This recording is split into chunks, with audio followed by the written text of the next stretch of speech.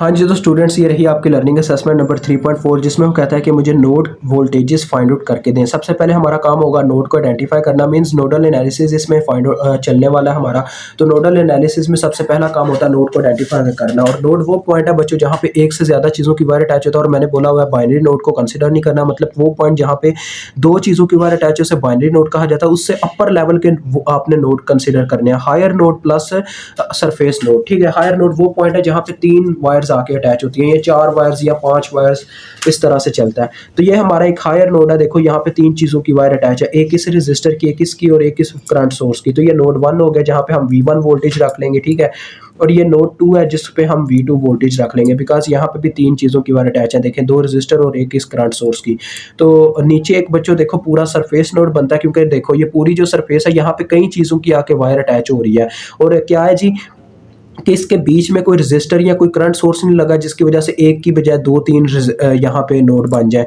That's why हम इसको कह देते होते हैं ये पूरी एक सरफेस जो है ये सरफेस नोड है। ठीक है, तो यहाँ पे हर पॉइंट पे हमें कौन से मतलब के नोड देखने को मिलेगा, नोड 3, जिसे हम ग्राउंड कर देंगे। बिकॉज अगर करंट फ्लो करवाना हो तो एक नोड को ग्राउंड लाजमी करना होता है, तो यहाँ पे 0 वोल्ट देखने को मिलेंगे। ठीक है, अब बच्चों इस क्वेश्चन को सॉल्व करने से पहले मेरा देखें एक यहाँ पे आपको तजर्बा बताया हुआ है। हर एक पहले ही मैंने बहुत देर पहले ही इसको बताया था कि जब डिपेंडेंट सोर्स आ जाए, देखें डिपेंडेंट सोर्स होते हैं हमेशा डायमंड शेप में, तो ये डायमंड शेप में। और दूसरा इसकी इक्वेशन भी बता रही है, ये आई नॉट की वैल्यू पे डिपेंड कर रहा है, 2 टाइम्स ऑफ आई नॉट, यानी कि आई नॉट अगर चेंज होगी यहाँ पे भी चेंज आ जाएगा। तो हमें आई नॉट की इक्वेशन पहले ही रेडी करके रखनी है। मैंने बताया था कि डिपेंडेंट सोर्स जिस चीज़ पे डिपेंड करता है उसकी इक्वेशन आपने पहले बना के रखनी है। तो ये आई नॉट इस वायर में फ्लो कर रहा है, चले आए इसकी इक्वेशन बना, आई नॉट इज इक्वल टू, ये करंट कहाँ से निकला है, ये V1 में से इस तरह से करंट ने लीव किया है, लिहाजा इसकी इक्वेशन पहले ही हम जहां से लीव करते हैं उसी वक्त लिख देते हैं V1 माइनस, एंड यहां से लीव किया था ना, और एंटर कहां पे जाकर कर रही है 0 वोल्ट के नोड में, तो लिहाजा लिखा जाएगा V1 माइनस 0, और जितनी रेजिस्टेंस रास्ते में वो है 10K। तो इक्वेशन बन गई जी V1/10K। अब आप इजीली बच्चों KCL अप्लाई करो नोड्स पे। तो अप्लाई KCL एट नोड 1 ये आपने ऊपर लिख लेना, यानी कि हम V1 पे KCL अप्लाई करने लगे हैं। KCL का मतलब है एक साइड पे एंटरिंग करंट्स और एक साइड पे leaving currents. The sum of entering current is equal to sum of leaving current, ये मैं आपको बता चुका हूँ। तो यहाँ पे आप एंट्रिंग लिखेंगे, यहाँ पे लिविंग। तो सबसे पहले देखें हम इसी वायर की बात करते हैं। मुझे इस वायर की करंट नहीं पता, तो मैं क्या करता हूँ V1 में से करंट को लीव करवाता हूँ। ओहम्स लॉ की मदद से ही हम उस वायर की करंट लिख लेंगे जिस वायर की हमें करंट का नहीं पता। तो इस वायर में से मैंने करंट को लीव करवाया, लिहाजा लीव करवाए तो उसी वक्त आपने लिख देना होता है जिस नोड में से निकल रही है V1 माइनस, यानी उस नोड में से माइनस करना होता है कुछ। अब ये जाके एंटर करेगी न्यूट्रल पॉइंट में, तो ये आ जाएगा 0, और जितनी रेजिस्टेंस रास्ते में वो आ गई बटे में 10K। ठीक है बच्चों, अब देखें ये वायर आ गई, तो ये एंटरिंग करंट है, एंटर करिए, लिहाजा 4 मिली इस साइड पे आएगा क्योंकि एंटरिंग करंट इधर लिखनी है। अब मुझे इस वायर की करंट भी नहीं पता, तो मैं क्या करूंगा V1 में से करंट को लीव करवाऊंगा, V1 माइनस, एंटर कहाँ पे जाके करेगी ये V2 में, तो लिहाजा लिखी जाएगी V2 आगे, और बटे में जितनी रेजिस्टेंस रास्ते में 10K। देखें इसका एलसीएम बन रहा है, इसको इसके एलसीएम से मल्टीप्लाई कर देंगे ताकि इक्वेशन थोड़ी सिंप्लीफाइड हो जाए।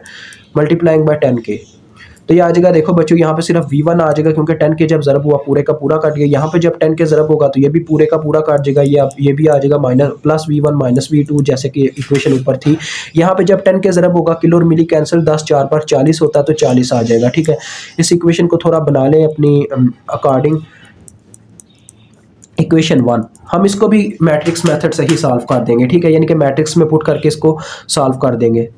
तो लिहाजा नेक्स्ट आप देखो बच्चों, आपने नोड 2 के ऊपर KCL अप्लाई करना है। तो ये अपना नोड 2 है, तो चले आए KCL अप्लाई करते हैं। इस साइड पे हम लिखेंगे, आपने लिखना अप्लाई KCL नोड 2, ये आपका अपना काम है। ठीक है, मैं इसमें बार बार नहीं लिख सकता, दैट्स वाई मैं हर एक में आपको बस बता देता हूँ। हम पहले इस वायर की करंट लिखते हैं। देखिए बच्चे, इस साइड पे हम करंट को लीव ही करवाएंगे क्योंकि मुझे पता नहीं है इस वायर में कौन सी करंट फ्लो कर रही है, लिहाजा अब हम नोड 2 में से करंट को लीव करवाएं, उसी वक्त हम लिख देंगे V2 माइनस, एंटर कहाँ पे जाके ये करंट करेगी V1 के अंदर, तो लिखा जाएगा V2 माइनस V1, और बटे में जितनी रेजिस्टेंस आई रास्ते में वो है 10K।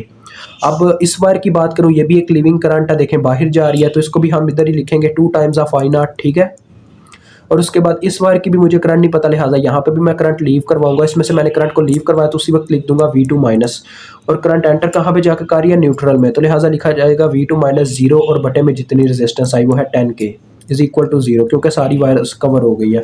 अब इसका भी एलसीएम देखें, 10K बन रहा है, पूरी इक्वेशन को 10K से ज़रब दे दो, ये आप लिख लीजिएगा यहाँ पे मल्टीप्लाइंग बाय 10K जब यहाँ पे ज़रब हुआ तो यहाँ पे क्या रह जाएगा V2 माइनस V1, क्योंकि ये पूरे का पूरा कट जाएगा। यहाँ पे जब 10K ज़रब होगा तो देखो बच्चों 2 इंटू 10K इंटू आई नाट की वैल्यू, आई नाट की क्या वैल्यू है V1/10K, तो ये हम पुट कर देते हैं V1/10K।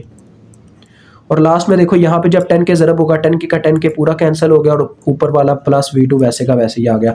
अब ये देखो ये कट गए और देखो पहले आपने V1 वाला वेरिएबल लिखना है, -V1 है और ये +2V1 बनेगा, माइनस प्लस ये देखो -1 +2 क्या आ जाएगा +1, तो प्लस V1 आ जाएगा, यानी कि सिर्फ V1 आ जाएगा और V2 + V2 2V2 बन जाएगा। ये आपकी इक्वेशन आ जाएगी इज इक्वल टू 0। ये इक्वेशन नंबर 2। इसको अच्छा मैट्रिक्स मेथड में लिख लें, ठीक है जी। तो मैट्रिक्स मेथड में कैसे लिखते हैं ये मैंने एग्जांपल 3.1 में एक्सप्लेन किया, वहाँ पे जाके समझ लीजिएगा, मैं बार बार नहीं समझा सकता, ऐसे टाइम ज़ाया होगा। तो पहले आपने इनके कांस्टेंट लिख लेने हैं 2 -1, इसी तरह से दूसरी इक्वेशन के 1 2 और इनके जो वेरिएबल है इनको कॉलम वाइज लिख लेना, पहले V1 वाला वेरिएबल है फिर V2 वाला वेरिएबल है, फिर इज इक्वल टू वाले नंबर भी ऐसे ही कॉलम में लिख लेना है, पहले 40 है और इसमें 0 है।